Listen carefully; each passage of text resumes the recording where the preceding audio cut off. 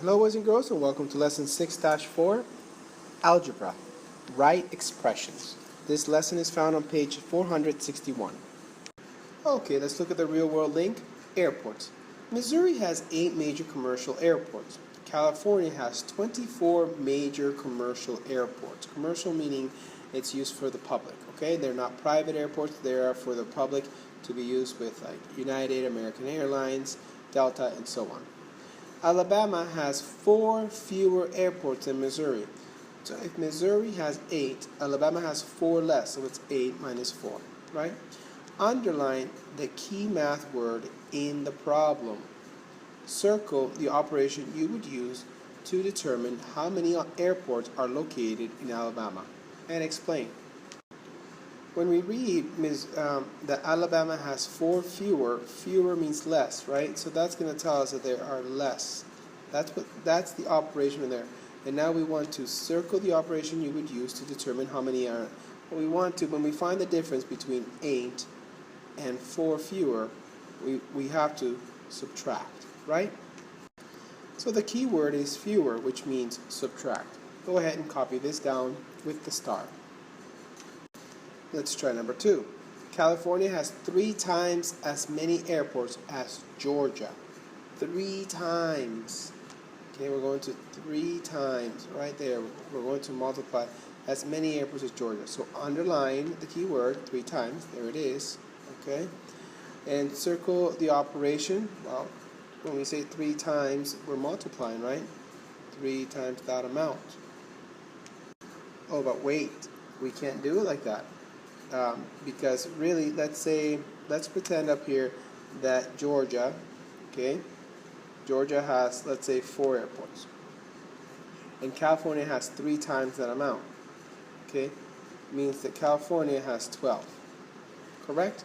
So if California has 3 times the amount of Georgia, we actually have to work backwards, okay, because we're not saying Georgia has 3 times the amount of airports. We're going to work backwards, so we have to take this 12 and we're going to divide it by 3 so that we can get our 4. So really, we should be looking at dividing is our answer. Dividing. Okay? So you know the number of airports California has. We know in the beginning it says that California has 24 commercial airports, right? And you also know that it has 3 times the number in Georgia. Okay, 3 times that number. So 24 is 3 times the number of Georgia. To undo multiplication, so it would be like this. Okay, we had to multiply a number. Okay, so we had to multiply a number to get, so let's say x, we multiplied it to times 3.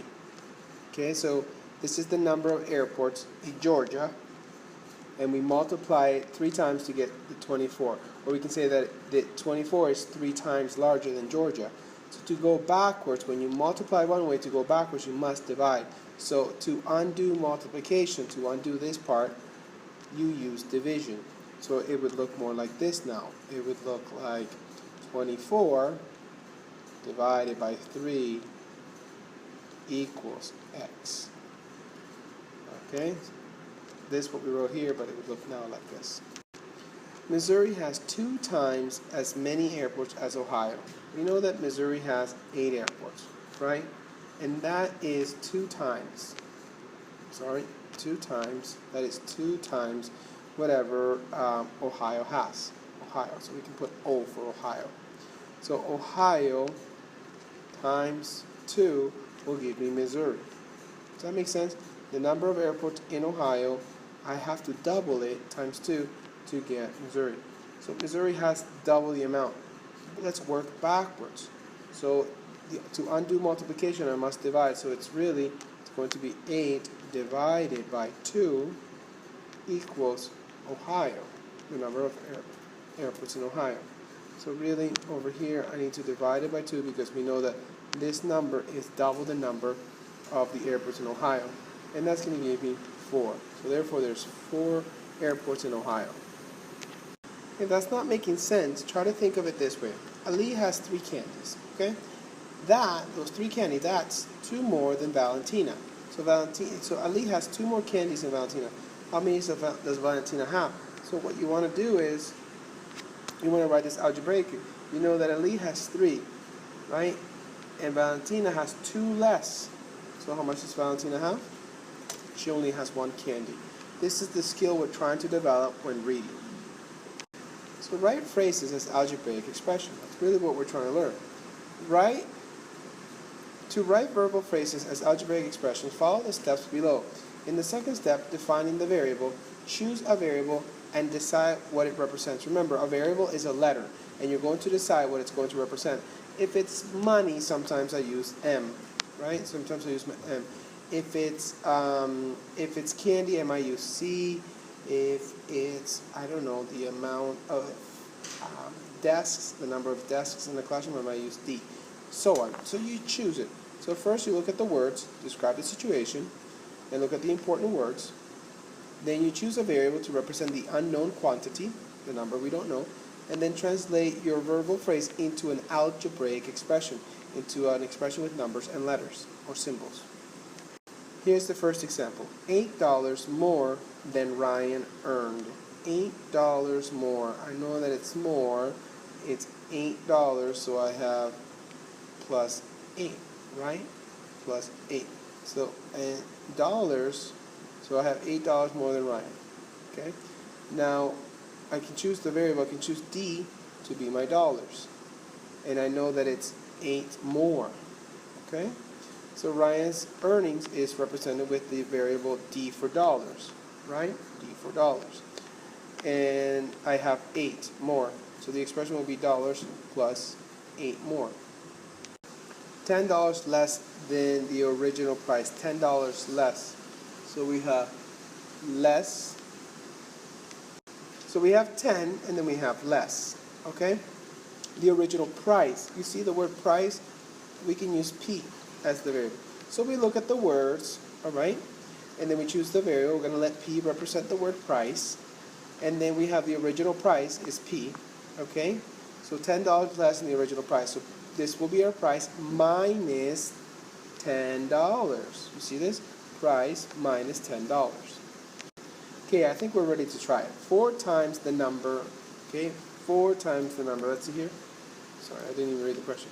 4 times the number of gallons. We have gallons. How about we try G? Okay, so we're looking at the words. 4 times the number of gallons, right? So we're going to now we're going to choose a variable, let G, as we already did up here, let G, okay, represent what? The number of gallons, okay? So how is that going to look? 4 times the number of gallons. If this is going to be my number of gallons, I have 1, 2, 3, 4. So I have 1 gallon, another gallon, another gallon, and another gallon. There's 4 times, right? 1, 2, 3, 4. 1 time, 2 times, 3 times, 4 times. 4 times. So let's try the expression. 4 times the number of gallons. I have 4 gallons. There you go. 4 times gallons. 4 times gallons. There you go. Okay, let's try A. Right? A. And for A, we have 4 points fewer. Don't forget, fewer means less. Okay, and it's 4 points fewer than the bull score. We don't know what the bull score is, so let's let B represent the bull score. So we're going to have something that looks like B, and we have fewer by 4. Okay, and then we have 12 times the number of feet. We don't know how many feet, right, originally, so we're going to let feet be represented by F. So now I have my B here. It's going to be F, and it's 12 times. I can write it times 12.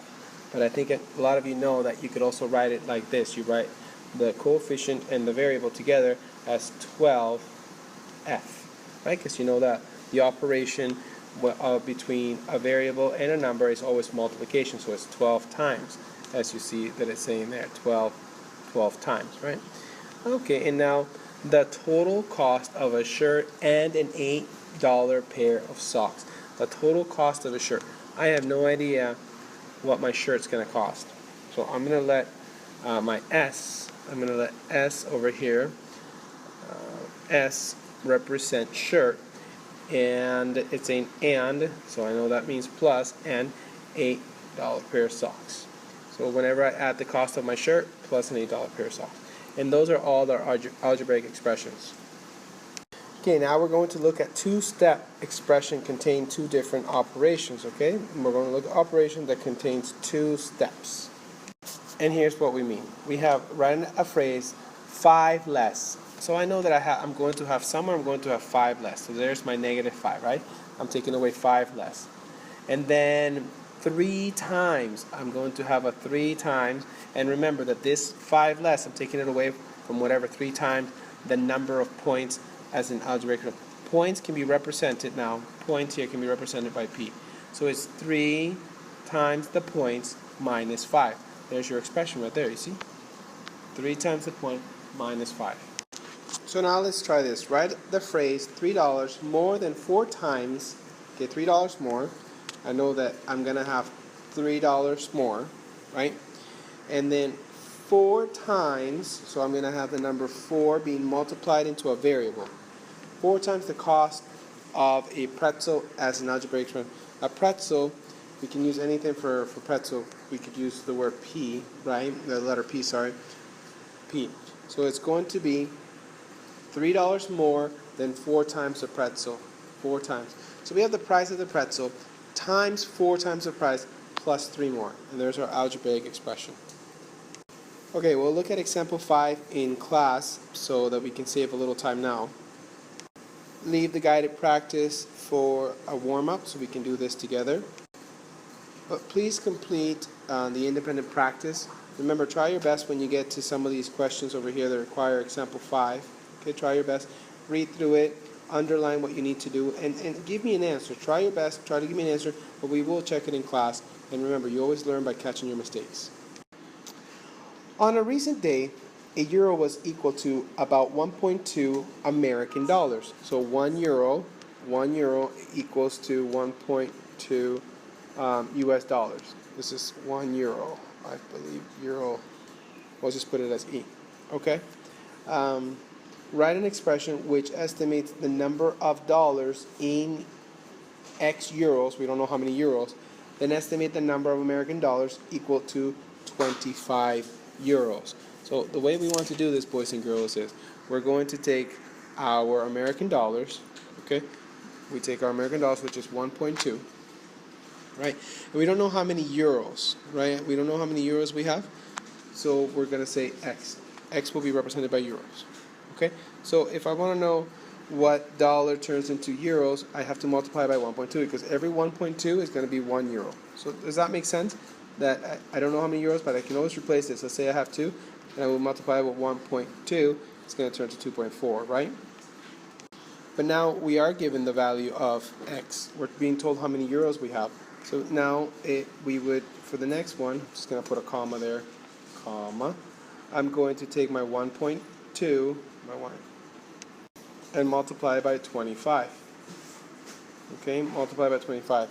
I know that 1 times 25 equals 25, right? 1 times 25 equals 25, so it's going to be at least 25. But then what's 20% of 25? 20% of 25 is 1/5, right? 1/5 of 25 is 5. So 25 plus 5 equals 30. So 25 euros is $30. I wanted to give you that as a gift for watching the video all the way to the end. Now, number 9, go ahead and try it on your own. I will be looking for this. This is a key answer back here, boys and girls. Let me know if you were able to do 9. Please try your best. If you can't do it, we'll do it in class. But please, I want to see some kind of an answer that you did try to do it.